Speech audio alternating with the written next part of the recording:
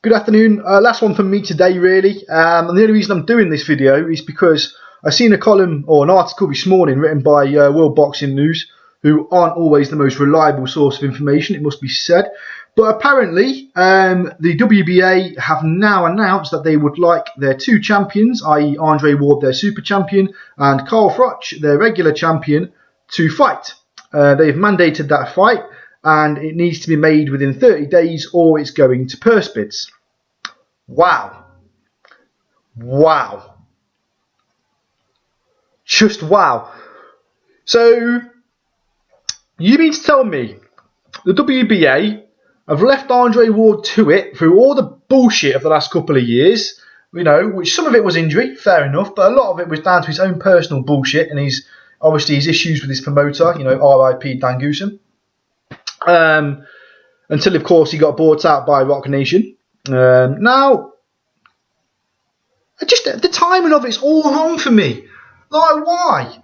So you don't mandate Andre Ward for years, right? For nearly 2 years. You've got your regular champion Carl Froch fighting, well, apart from this last few months where he hasn't fought since May last year, but fighting on a consistent basis, being your WBA regular champion, and your only champion at super middleweight actually defending your belts, or, you know, putting the WBA's name in a big event, right? And then all of a sudden you make this bullshit mandate for Carl Froch to fight Andre Ward again. Who does that favour? I'll tell you who it favours right now. It favours Andre Ward. Because it's a fight Andre Ward wants. Now it's a mandate position. Andre Ward can be a little diva and the little bitch that he is, right? Stamp his heels into the floor and get his own way. Otherwise he's going to spit his dummy out his pram like he does every time. It's ridiculous. If this fight happens, okay, then for God's sake, Eddie Hearn, do not let this go to purse bids. If you're Matchroom Sport right now, do not let this go to purse bids. Because Andre Ward, Carl Froch is not going to be pay-per-view in the States. Right? Because Andre Ward struggles to sell out his home arena fighting another American fighter who's a champion in a different weight class. Right? That's two American champions who struggle to sell out Andre Ward's hometown arena. You've got Carl Froch selling out the fucking national arena in England against a domestic rival who wasn't even a world champion going into that fight. Andre Ward has not got a following. So what I'm saying is, Matchroom Sport right now, you know, Froch is looking for a Vegas fight. God's sake, don't take a Vegas fight against Ward. That ain't going to be pay-per-view. That ain't going to generate interest. You need, if you're Carl Froch's promoter right now, if this is the case, and you want to keep that WBA regular belt and have a chance to go for the super belt, then for God's sake, get Ward to England. I don't care. Get Ward to England. They've already fought in the States anyway. I don't want to hear this bullshit. Well, there is Atlantic City. It's on the opposite side of the country from where I live. It's still your own fucking country, Ward. I don't give a fucking shit. Was that still not the United States of America? Yes, it was. Was that still not your own country's fans that had more access and ability to get to that fight to support you on? Yes, it was. I don't want to hear this bullshit about that was the opposite side. That was the East Coast, not the West Coast. Don't matter shit. It's a British fight. That would be like a British fighter saying, oh, well, my last fight was in Northern Ireland. Well, it's Northern Ireland. It's still the UK, but it's Northern Ireland. It's not England. Still your own fucking fans. Still the British fans. Right? So I don't want to hear that fucking bullshit argument. Right? Andre Ward, during that Super 6 tournament, did not fight out of America once because he kicked his fucking feet around and spat his dummy out the pram when the suggestions were made. And he got everything his own goddamn way. Right? And this is how it's going to be. This is why I'm so angry, because this is how it's going to be. If Froch does fight, right? If Froch does fight Andre Ward again, this is how it's going to go down. I guarantee it, this is how it's going to go down. Matchroom Sport will make a proposal to Andre Ward's team and Rock Nation of bring the fight to England. It'll be pay-per-view. There'll be more money in it for both fighters. Andre Ward will make a ridiculous demand, saying if I'm coming to England, I want this, this, this, and this. Matchroom Sport will turn around and say, no fucking chance you're having that much, pal. 30 days will pass and it will go to purse bids. Someone will buy the purse bids out and set the stipulations, and this fight will take place in California. In Andre Ward's hometown. And Andre Ward will win on points.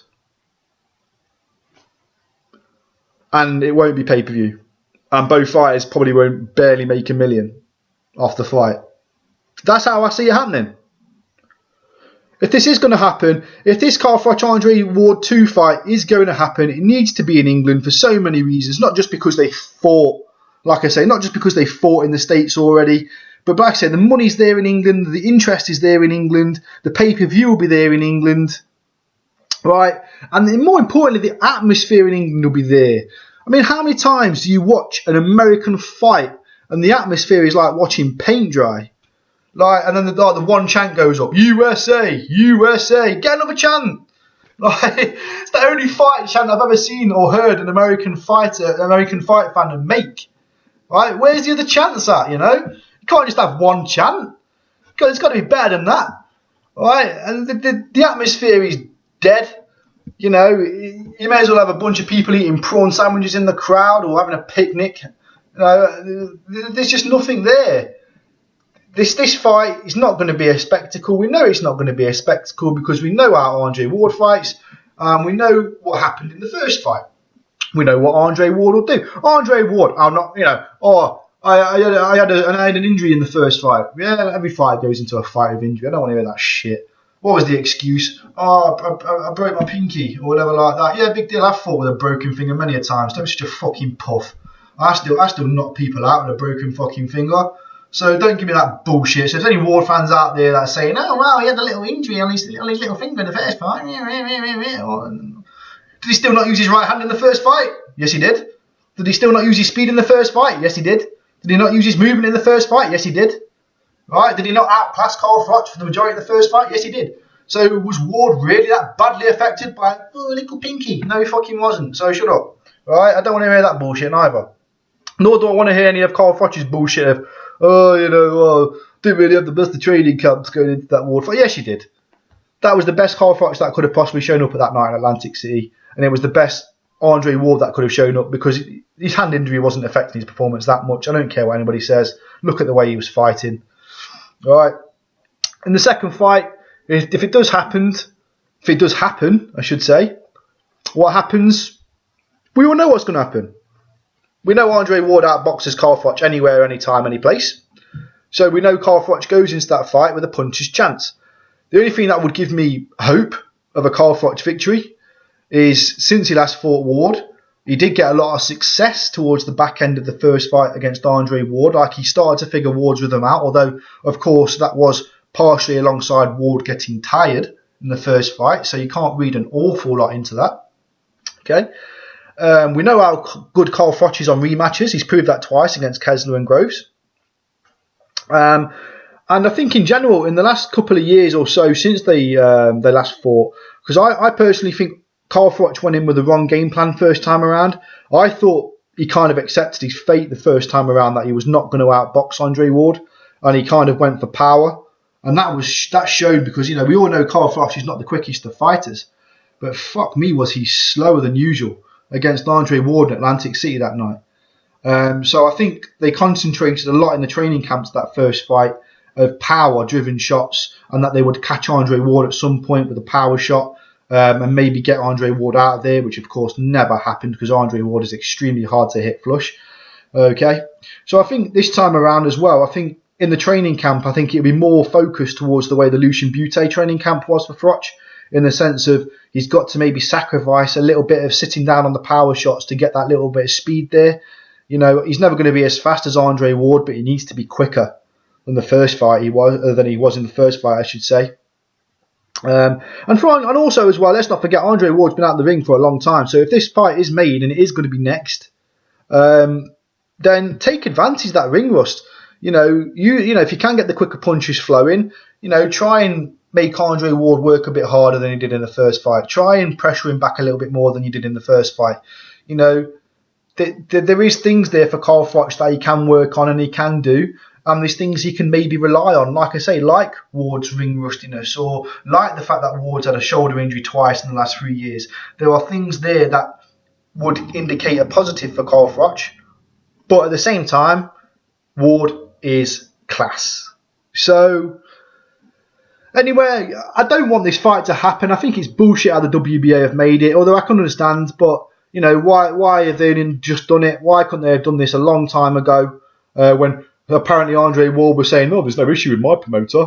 I'm winning all the big fights." So why did WBA do that then? You know, the timing's very convenient. It kind of looks like to me like someone's had a word. Andre Ward needs a big fight. Mandate Carl Froch for that fight. You know, that kind of how it looks to me. A little bit of American bias going on there, but you know, me personally, I still want to see the kind of triple threat situation that's kind of brewing up a little bit between Carl Froch, Gennady Golovkin, and Julio Cesar Chavez Jr. I think that looks tasty, with a potential, you know, two of them fighting each other and the winner gets the other one. That looks a potential tastier position and a certainly better money-making position for all parties concerned if that was to happen. But if this is going to be the way it is, if it is going to be an Andre Ward rematch, then that's what it is. That's what Carl Froch is going to have to do, or he's going to have to give up his belt. Simple as that. Bullshit WBA, absolute bullshit WBA. Should have done this over a year ago if that was always going to be the plan, or he should have made Andre fight last year because he wasn't fucking injured last year. He just had a promotional issue, which should not be held accountable towards a world title belt. It should be held accountable towards the fighter himself, which is what the WBC did and stripped him, and Andre Ward didn't like it. And WBA should have done the goddamn same, or like I say, made this fight mandate a lot earlier than now. That's my position, you know, that's my opinion. Okay, let me know what you guys think. Drop me a line, subscribe.